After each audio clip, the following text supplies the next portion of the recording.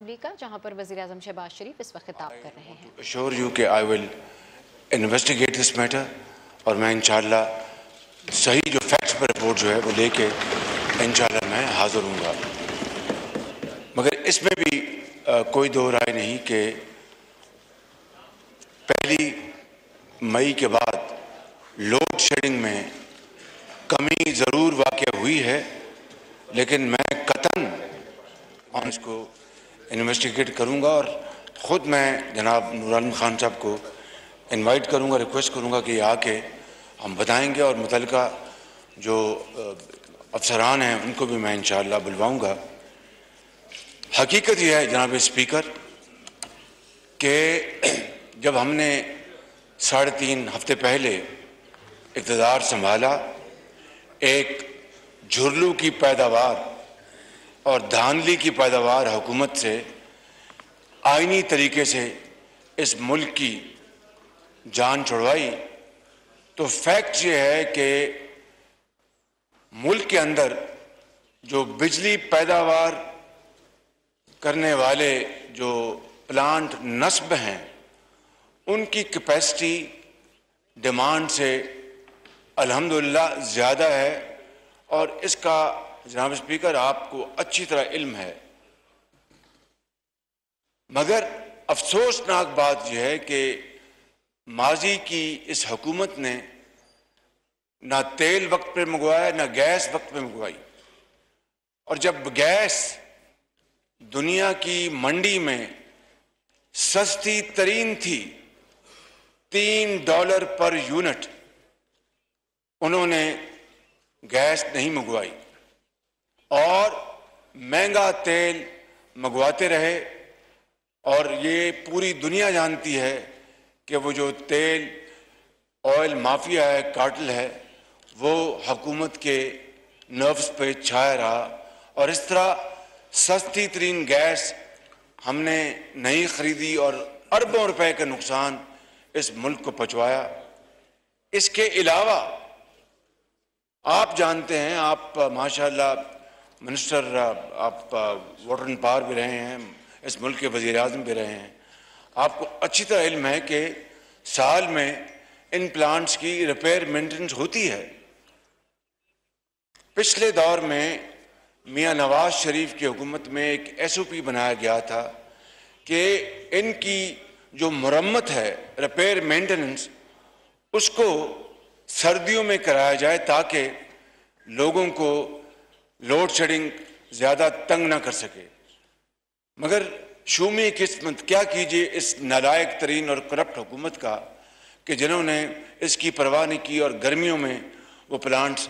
बंद थे, जिसको अब हम आहिस्ता आहिस्ता चलवा रहे हैं। और गैस का भी हमने बिलाखिर इंतज़ाम किया है और इसके टेंडर हमने किए और इसकी गैस के हमने जहाज़ ख़रीदे हैं। इसके अलावा जनाब स्पीकर, आप यकीन करें कि 5,500 अरब रुपए का जो डेफिसिट है,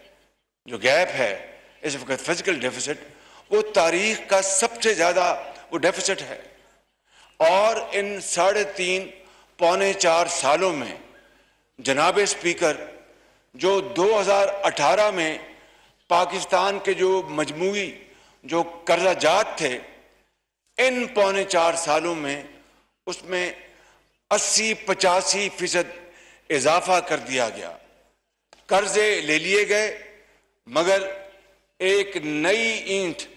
ना नूर आलम खान साहब के हल्के में नजर आएगी, ना पाकिस्तान के किसी और हिस्से में नजर आएगी। और उस हुकूमत ने कर्जे लेकर पाकिस्तान की जो आने वाली नस्लें हैं उनको भी मॉर्टगेज कर दिया है। इससे बड़ी जनाब स्पीकर इस मुल्क की बदकिस्मती को और हो नहीं सकती। और फिर कौम का वक्त ज़ाया किया गया, दिन रात चोर और डाकू का जो इन्होंने दिन रात राग अलापा,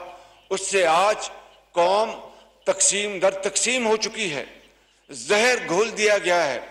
और कल PTI के जो चेयरमैन हैं उन्होंने जो कल बात की है वो जनाब स्पीकर वो हौलनाक है, वो इंतहाई ख़तरनाक है। और ये कहा कि नवाब सिराजुद्दौला के जो थे जो सिपा सलार वो निकले, वो मीर जाफ़र और मीर सादिक, उसकी बराह रास्त हमारे इदारों के ऊपर इस शख्स ने ये बात करके, और ये पाकिस्तान के, मैं कल भी मैंने एक प्रेस कॉन्फ्रेंस प्रेस के लोगों से मैं मिला और मैंने बताया कि वफादारी और गद्दारी के जो सर्टिफिकेट बांटे जा रहे हैं, हमने नेशनल सिक्योरिटी काउंसिल की मीटिंग की, जो सफ़ीर थे पाकिस्तान के अमेरिका में उस वक़्त, और मैं ये बात on the floor of the house पे कर रहा हूँ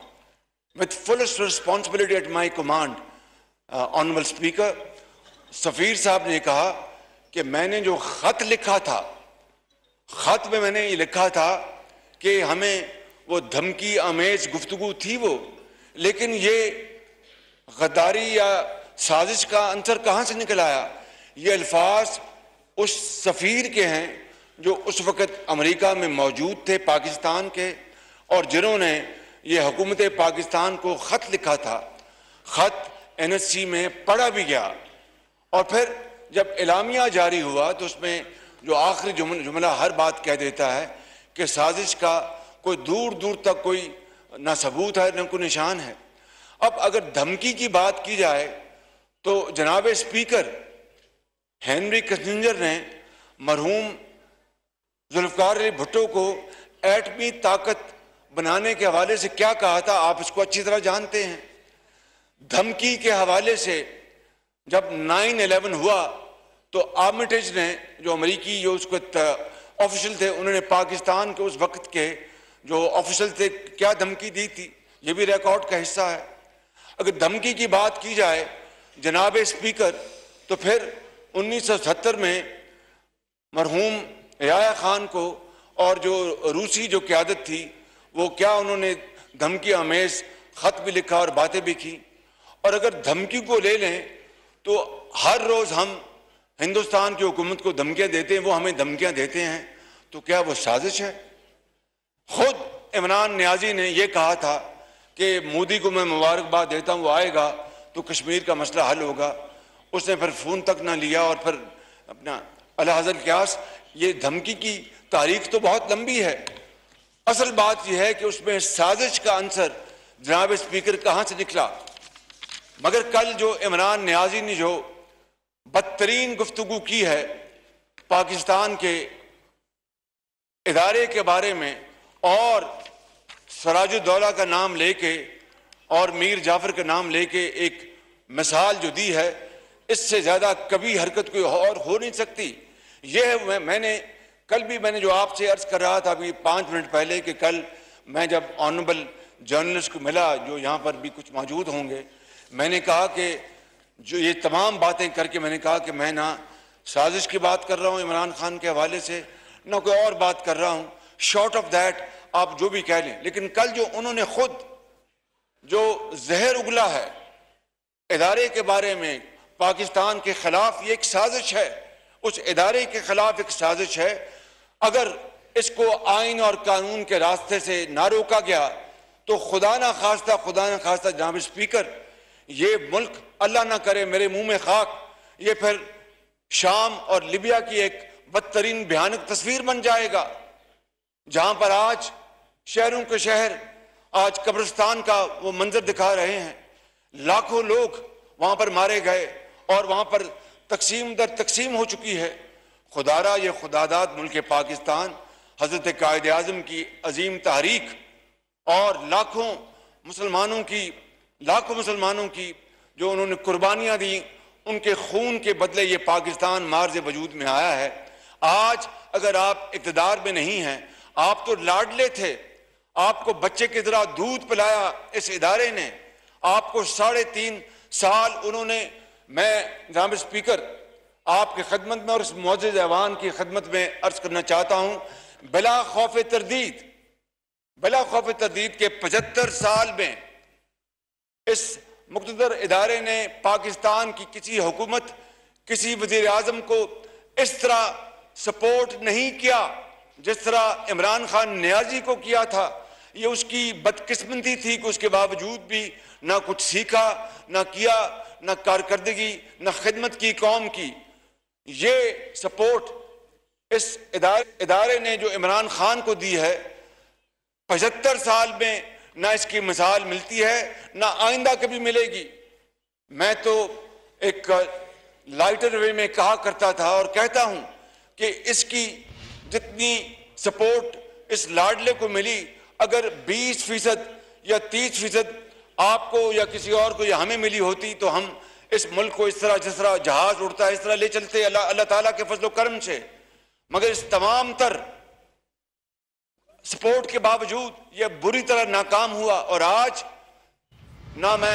अगर मैं नहीं खेलूंगा तो किसी को नहीं खेलने दूंगा। ये रविश, ये कहां की रविश है? और जनाब स्पीकर, मैं समझता हूं कि कल जो उसने जुबान इस्तेमाल की है, अगर इसको आइन और कानून के दायरे में रहकर सख्ती से ना रोका गया तो खुदा न खास्ता इस मुल्क में एक बहुत ज्यादा एक भूचाल आ सकता है। ये इस तरफ मुल्क को लेके जाना चाहते हैं कि खुदा न खास्ता ये जो जमहूरियत है, जिसके नतीजे में आज आप स्पीकर के इस मंच पर बैठे हैं और ये तमाम ऑनरेबल मेंबर्स मुझे कायदे पाकिस्तान मुंतखब किया है, तो ये चाहते हैं कि खुदा न खास्ता ये जमहूरियत खत्म हो जाए, अल्लाह ना करे, और ऐसा निज़ाम आ जाए कि फिर हर तरफ एक शोरिश होगी। लिहाजा मैं आज आपकी खिदमत में और आपके तोसत से इस ऑनरेबल हाउस की खिदमत में अर्ज करना चाहता हूं कि इस बात का भरपूर नोटिस लिया जाए। ये इसलिए मैं नहीं कह रहा कि मैं आज कायदे पाकिस्तान मुंतखब हुआ हूं, मेरी जो सोच है वो पूरी दुनिया जानती है, मगर मैं आज आपको बड़े अदब से ये कहना चाहता हूं कि इस लम्हे को हम कंट्रोल करें, वगरना फिर अगर खुदा न खास्ता अगर बेकाबू हो गया तो फिर कुछ नहीं बचेगा। मैं इन अल्फाज के साथ आपका शुक्रिया अदा करता हूं और फिर एक दफा ऑनरेबल मेंबर को यकीन दिलाता हूं कि मैं इसका नोटिस लूंगा बिजली की बंदिश का, और इंशाअल्लाह जल्द मैं इनको जवाब दिलवाऊंगा। बहुत शुक्रिया।